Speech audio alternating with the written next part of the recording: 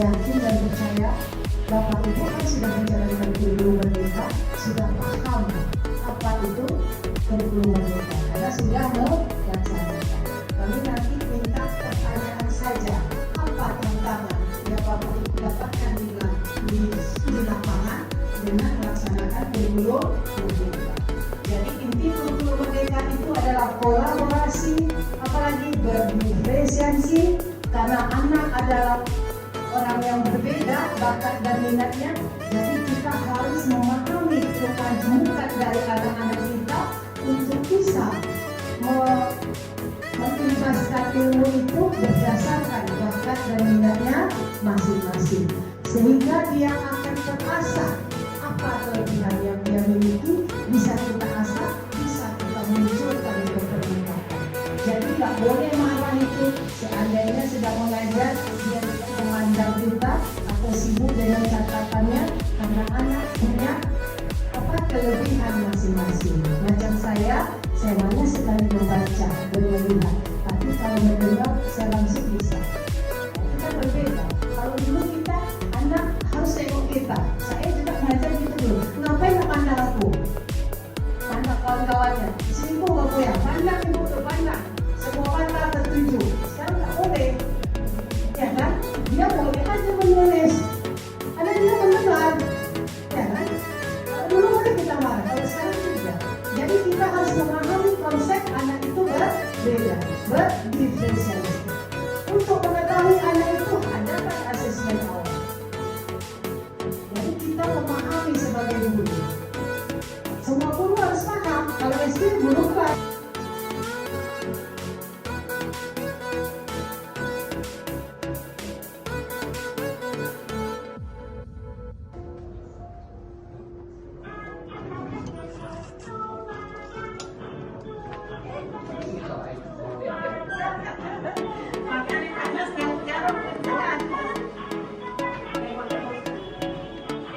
Ya, tengok ke sana.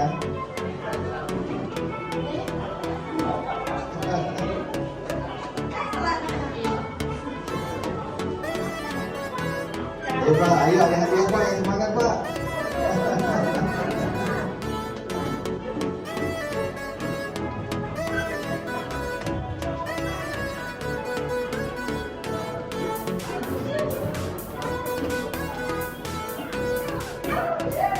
Terima kasih Bapak Ibu semuanya.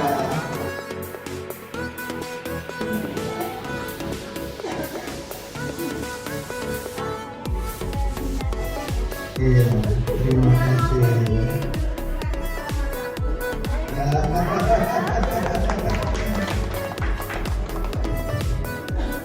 Bapak Ibu, jadi tujuan praktik baik mengenai program diferensiasi ini, Bapak Ibu memahami konsepnya dan mampu melaksanakan pembelajaran berdiferensiasi, Bapak Ibu. Mungkin sedikit sharing lagi, ada yang pernah dengar istilahnya Bapak Ibu, mungkin dari sampai 2 ya Pak Farizal ya, belum lagi sampai 1. Ini yang ada CGP-nya katanya tadi 2 orang ya, Ibu coba Bu, kalau tadi yang katam dia ya. Ibu, ya, apa yang Ibu ketahui tentang pengen diferensiasi? Boleh sharing biar kita ini. Pak, kawan saya tentang pembelajaran diferensiasi itu kita dari kemampuan siswa kita yang berbeda-beda, jadi cara belajar mereka pun, cara menerima pembelajaran, cara mengerjakan tugasnya berbeda-beda. Tahun perjalanan pelaksanaan implementasi kurikulum merdeka. Dan dalam pelaksanaan implementasi kurikulum merdeka tersebut, titik fokus adalah pembelajaran Bapak Ibu. Ya, baik itu pembelajaran bentuk intrakurikuler, kurikuler, dan ekstrakurikuler.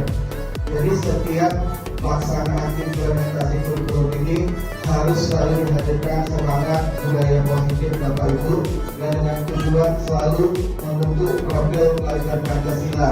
Jadi profil itu bukan hanya dimiliki oleh tim kita saja, Bapak Ibu, tapi siswa juga.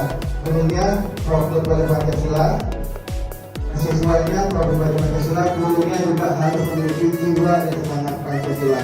Saya percaya sekali lagi ya, Bapak Ibu yang berkumpul di hari ini ya pasti memiliki semangat budaya positif untuk selalu tumbuh dan berkembang serta belajar sepanjang hayat untuk menciptakan ya generasi emas yang ada di Kota Batam ini, khususnya di sekolah satuan pendidikan kita masing-masing.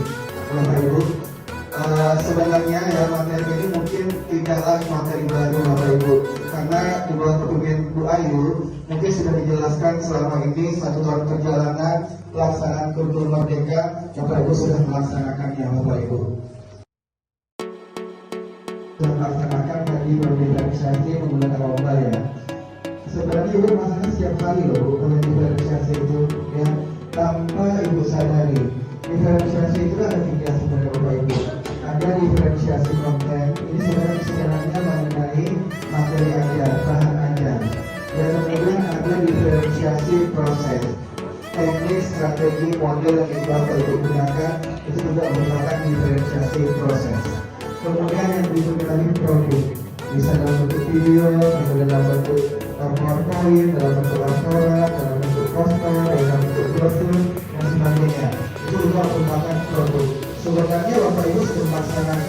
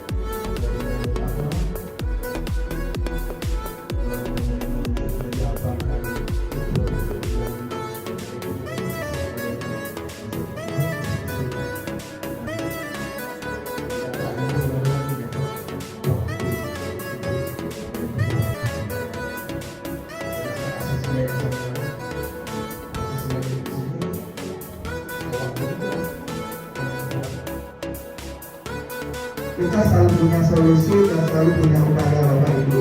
Di platform Merdeka Mengajar itu ada bahan ajar, di sana juga tersedia juga ada modul ajar. Bahkan kemajuan internet yang sedikit berkembang lebih maksimal dan lebih cepat, karena kita menuliskan buat modul ajar kita dari ekosistem, maka kita pakai artificial intelligence itu sudah muncul. Kita cuma mungkin memodifikasi menelaahnya menjadi mungkin sesuatu yang bagus. Memang benar dalam asesmen juga kadang-kadang guru masih mengalami miskonsepsi, mungkin dalam bentuk asesmen yang bermaksudnya bagaimana, semaksudnya bagaimana, sampai menentukan kriteria pencapaian tujuan pembelajaran. Sebenarnya juga ya Bapak Ibu, modul ajar itu nggak selalu kompleks Bapak Ibu, dia punya minimal. Kalau Bapak Ibu sudah membuka platform Merdeka Mengajar, ya, sewaktu modul ajar yang dikatakan baik itu dia punya tujuan pembelajaran, dia punya langkah pembelajaran, kemudian dia punya assessment, dan satu lagi dia punya media pembelajaran. Ketika komponen wajib itu sudah terpenuhi, maka dia layak dikatakan modul ajar. Di K3 kurikulum merdeka kan ada proyek. Alhamdulillah kami untuk tahun ini kelas 7 sudah menerapkan kurikulum merdeka, dan kemarin juga alhamdulillah sudah menyelesaikan 1 proyek perdana Bu. Dan alhamdulillah saya memang bersama tim, saya diikuti sebagai ketua proyeknya. Proyek yang sudah kami laksanakan yaitu temanya tentang soal demokrasi. Tentunya itu proyek pertama banyak hal-hal yang menjadi catatan evaluasi kami selama proses berjalan, karena ini modal semangat motivasi saja kami lakukan. Namun referensi yang kami dapatkan, kami hanya melihat dari TNI, juga dari YouTube, dan juga kami pertemukan juga beberapa rekan-rekan yang bersalah dari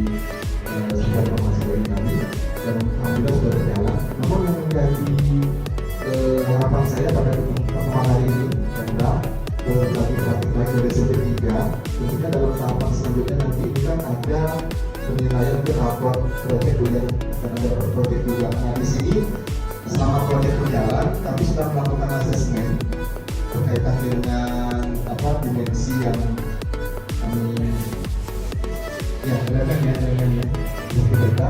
Nah, bagaimana Rendra mungkin berikan kami pengalaman mungkin dari segitiga mengolah nilai yang sudah kami lakukan asesmen tersebut ke dalam nanti rapornya.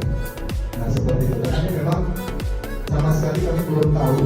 Ya, mungkin saya sudah membaca juga, sudah lihat, cuma perlu penguatan aja nanti bagaimana Pak dari nilai yang sudah kita ambil, asesmen kita lakukan itu.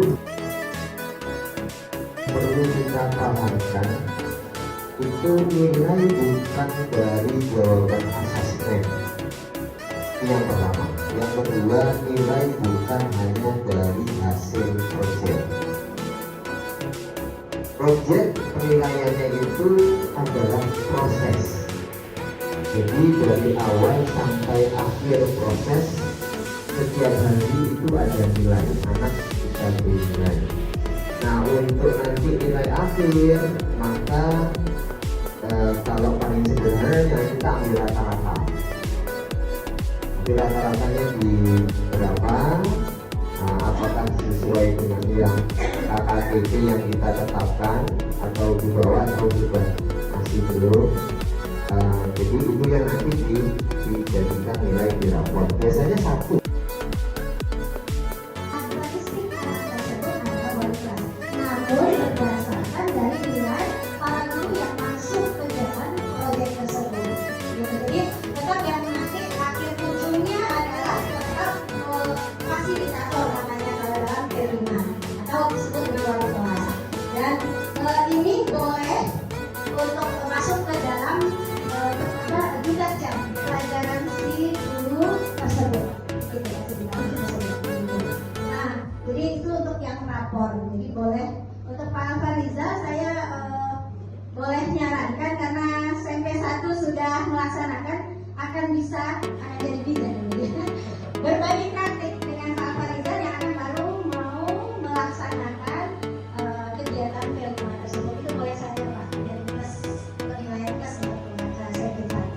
Mungkin dari Pak Hendra ada yang mau ditanyakan. Silakan.